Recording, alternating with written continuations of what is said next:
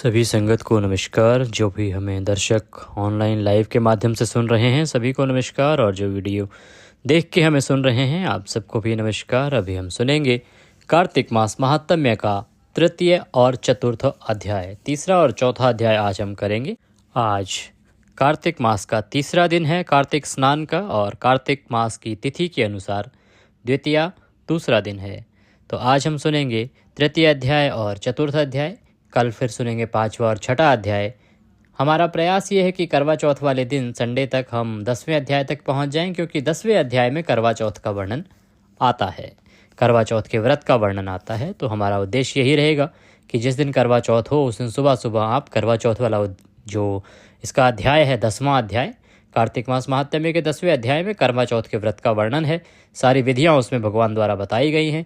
करवा चौथ किस प्रकार करना चाहिए, कैसे करना चाहिए, तो हम वह अध्याय भी आपका करवा चौथ की सुबह आपको अवश्य ही सुनाएं।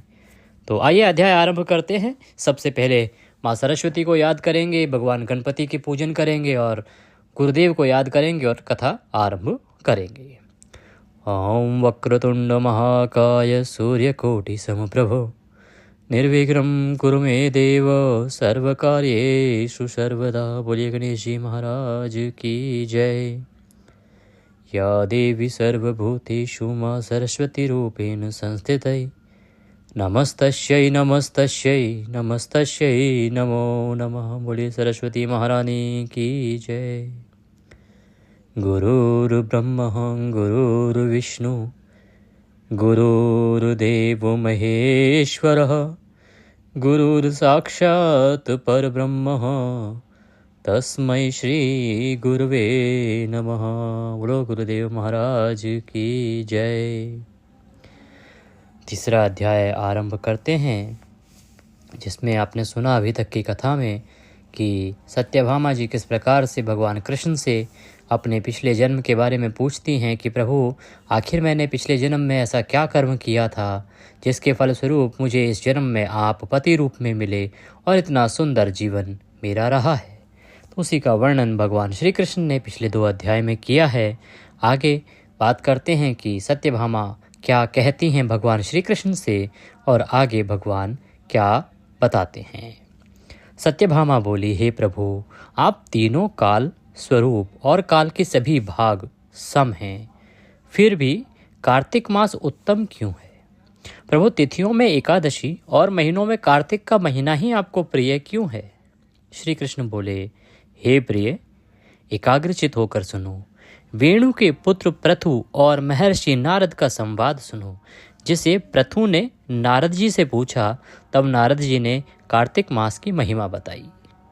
नारद जी बोले, सागर का पुत्र शंख नामक राक्षस त्रिलोकी को मथने में समर्थ था। अर्थात जो सागर थे उनका पुत्र था, उसका नाम था शंख।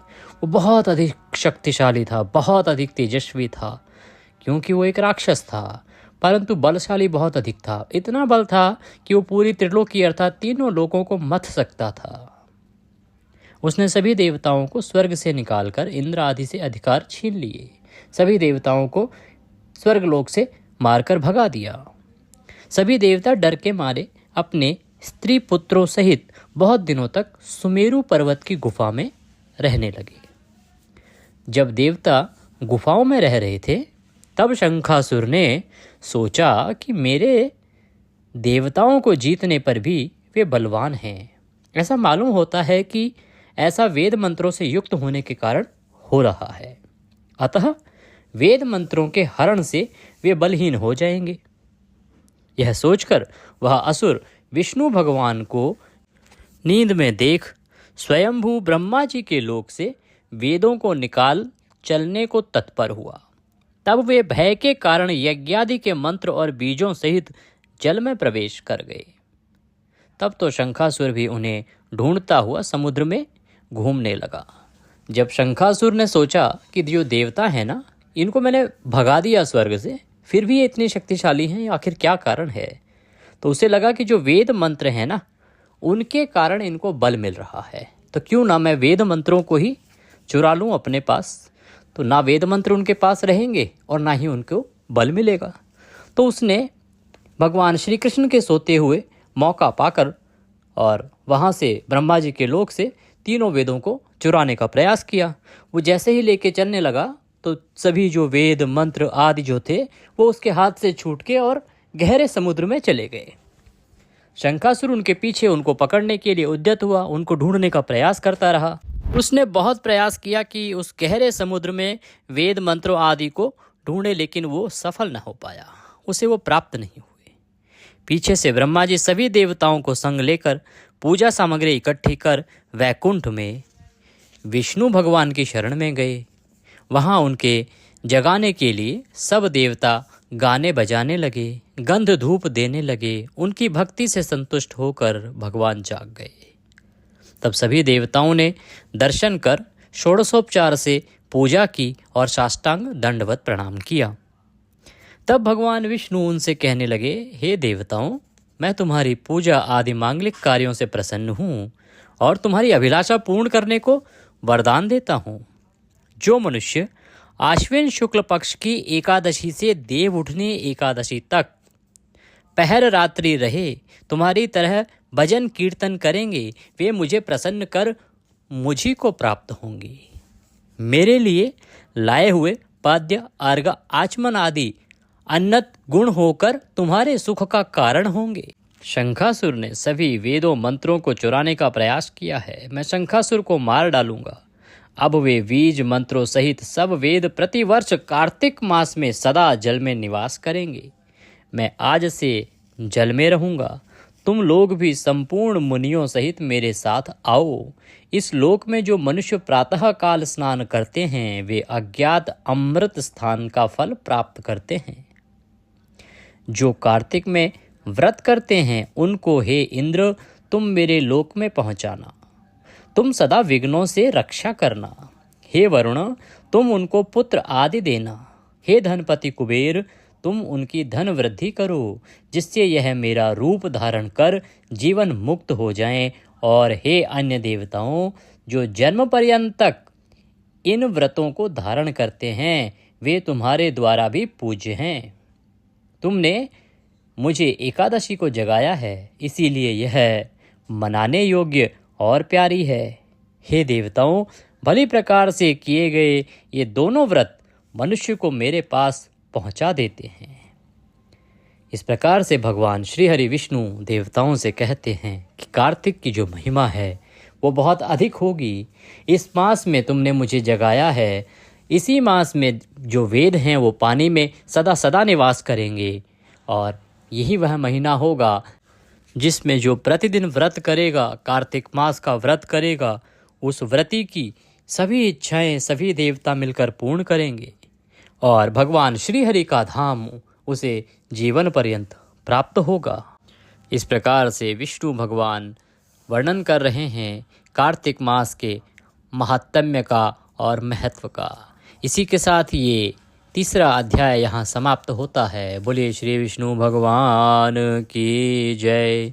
जो हमें ऑनलाइन सुन रहे हैं उनसे निवेदन है कि कृपया वो कमेंट बॉक्स में जय श्री हरि, श्रीमन नारायण नारायण इस प्रकार से मंत्र लिखें, भगवान का जयकारा लगाएं। क्योंकि जो हमारे यहाँ संगत है वो बीच बीच में भजन बोल रही हैं, लेकिन आप घर में हैं, अकेले सुन रहे हैं तो भजन नहीं गुनगुना पाएंगे।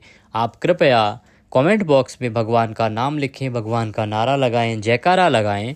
इससे भगवान अवश्य ही आपको आशीर्वाद स्वरूप आपकी इच्छाएं पूर्ण करेंगे। बोलिए श्री विष्णु भगवान की जय। अब हम चौथा अध्याय आरंभ करते हैं।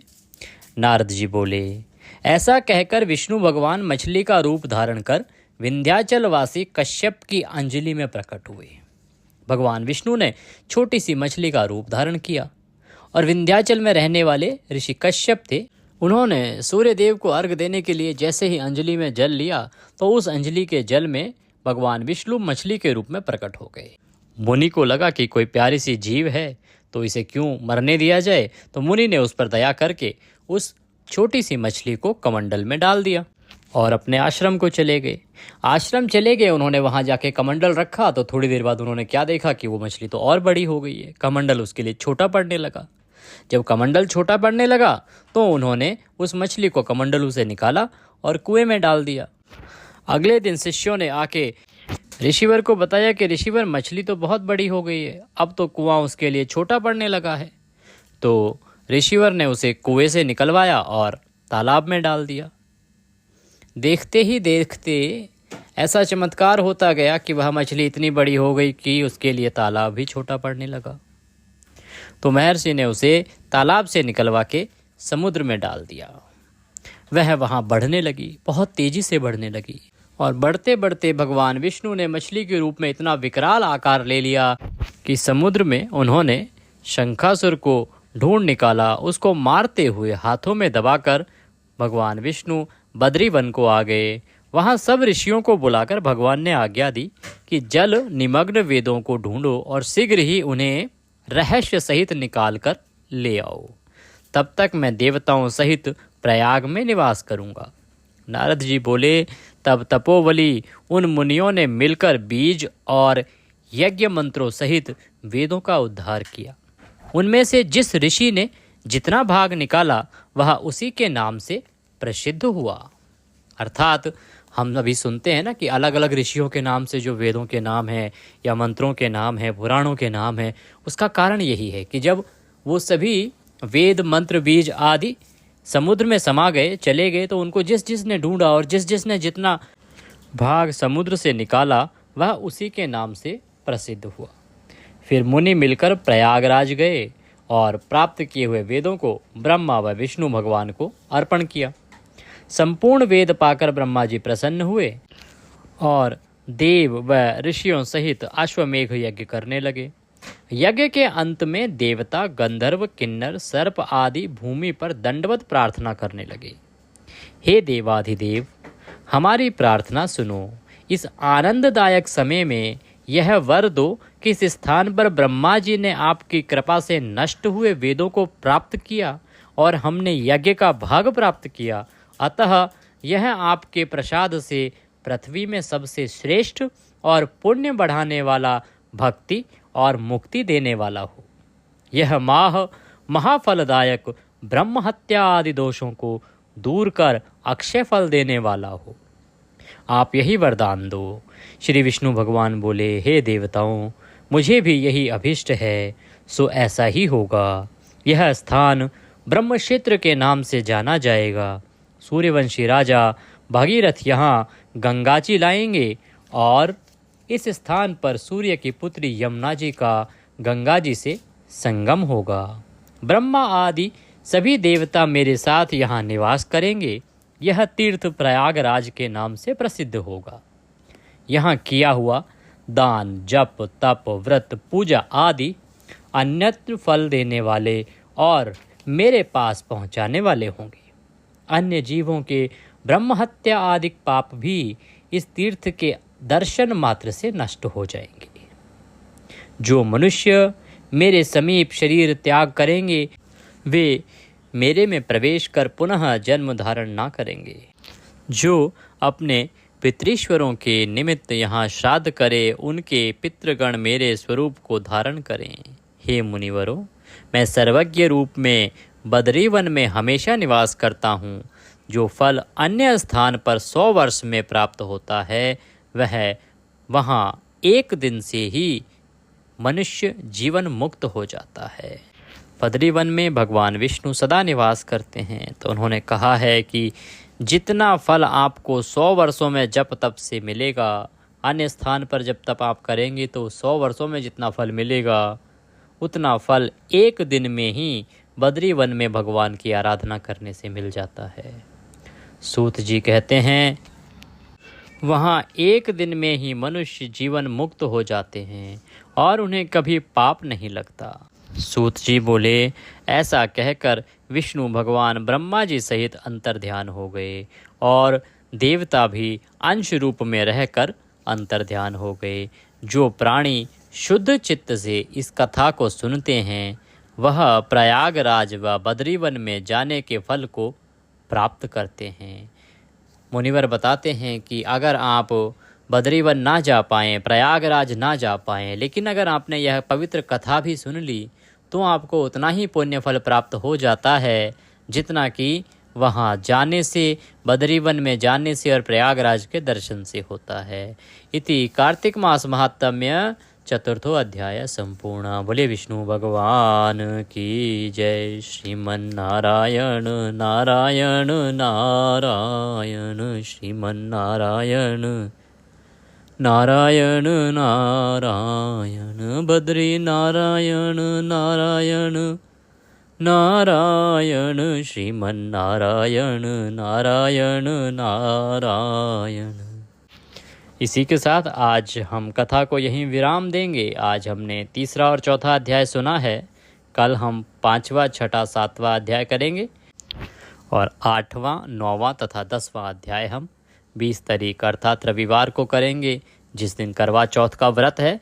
क्योंकि करवा चौथ के व्रत, नियम और कथा आदि का वर्णन इन्हीं अध्यायों में आता है, तो वो हम अवश्य ही करवा चौथ वाले दिन प्रातः काल की कथा में आपको सुनाएंगे।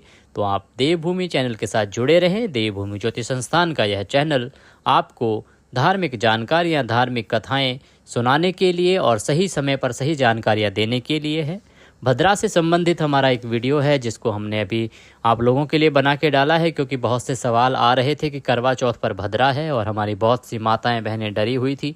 तो हमने उनकी शंका का समाधान निकालने के लिए एक वीडियो बनाया है जिसमें बताया है कि भद्रा है या नहीं है, और अगर है तो उसका क्या उपाय है, किस प्रकार से पूजा पाठ करनी चाहिए, उसका क्या असर रहने वाला है।